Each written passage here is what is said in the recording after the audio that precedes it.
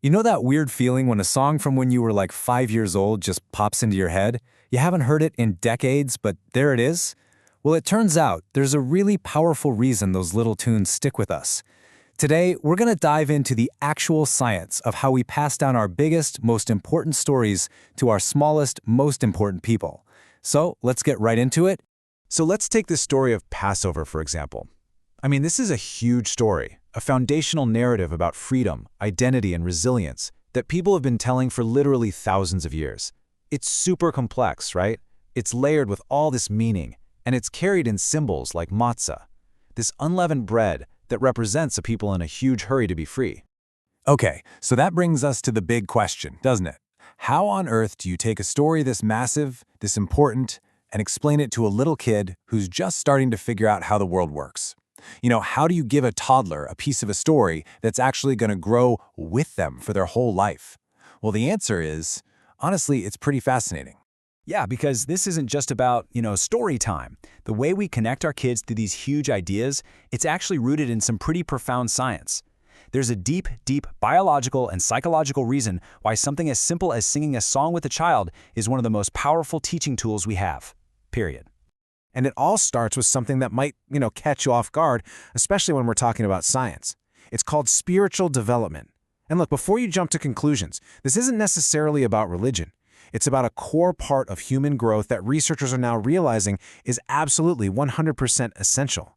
So let's be super clear about what we mean by that. Spiritual development is basically a child's natural growing ability to feel a sense of wonder, to find meaning in things, and to feel connected. You know that feeling? Of being part of something bigger than just you? It could be your family, your community, nature, whatever. It's this innate thing we're all born with. And here's why this matters so much.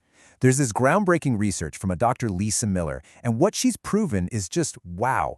Nurturing this part of a child's development is one of the single most powerful things we can do to protect their long-term mental health and build resilience. And I'm not kidding. This isn't just some nice idea. It's a solid scientific finding with truly staggering implications.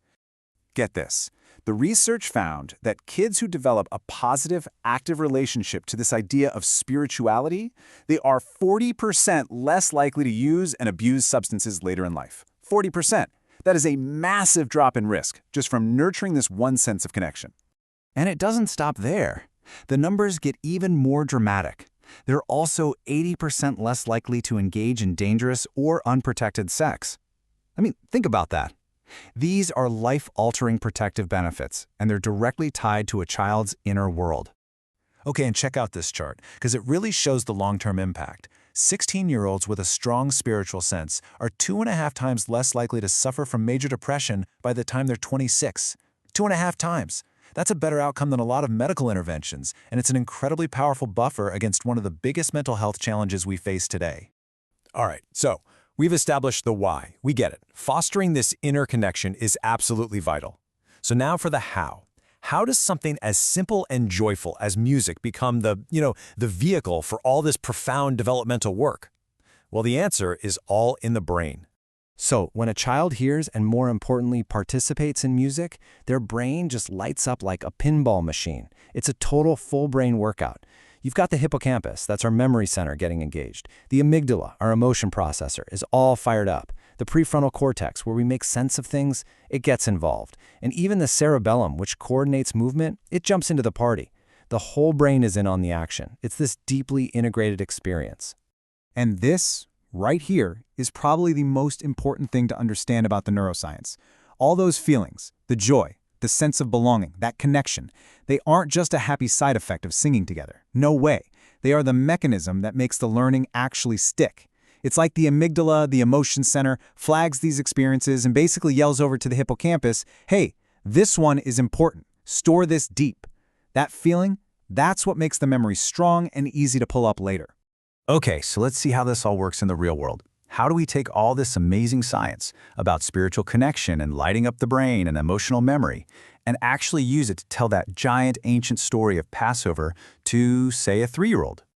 Well, first things first, you boil the story down to its absolute core. You're not going to start with the 10 plagues, right? No. You start with a basic story arc that a little kid can actually get their head around. 1. Something hard happened. Our ancestors weren't free. 2, something changed, a helper came and they became free. And 3, now we celebrate. We eat special foods and sing songs so we never forget. That's the whole framework. And where do you begin the story? With an image that's both super dramatic and totally relatable. A baby. The hero's whole journey starts right here, with this baby in a basket, floating down a river, while his brave big sister watches over him. I mean, that's an image that can really stick with you for a lifetime, right? And here's the really cool part. This is how you lock that image into their memory. You don't just tell them, you sing it. A simple, repetitive, call-and-response song. It turns the whole story into a fun game. That little melody becomes a hook that grabs onto the characters and the setting, and it builds that powerful, emotion-packed web of memories in their brain. And what's so smart about this is that the teaching is intentionally layered. So for a toddler, the big idea is super concrete. Passover is when we eat matzah, and this guy Moses was a helper. That's it. Simple. But by the time they're in pre-K, the concepts can get a little more abstract, a little more complex. The story isn't just about Moses anymore. It's about the big idea that all people should be free to make their own choices. And you can introduce other heroes, like his sister Miriam, who helped everyone dance and sing to celebrate that freedom.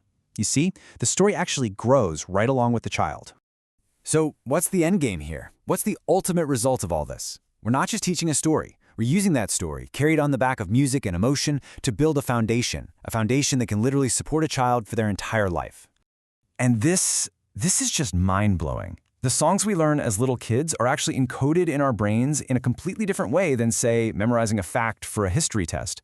This musical memory is unbelievably resilient. It's a reason why people with advanced cognitive decline who might not remember what they had for breakfast can often still sing a song perfectly from their childhood. It's a pathway in the brain that just lasts. And all of this leads us to a really powerful central truth. What we give to our children in these early years, the songs, the stories, those feelings of connection and joy, it's not just some fleeting childhood thing. It has the very real, scientifically backed potential to stay with them forever, to be a source of comfort, of identity, and of meaning for their whole lives. So, that leaves us with one last big thought to chew on. If these early musical experiences are truly written on a child's heart, encoded in a way that's built to last, then we have both a profound opportunity and, frankly, a pretty big responsibility. So the question is, what are the stories, what are the values, what are the feelings of connection that we are choosing to write there?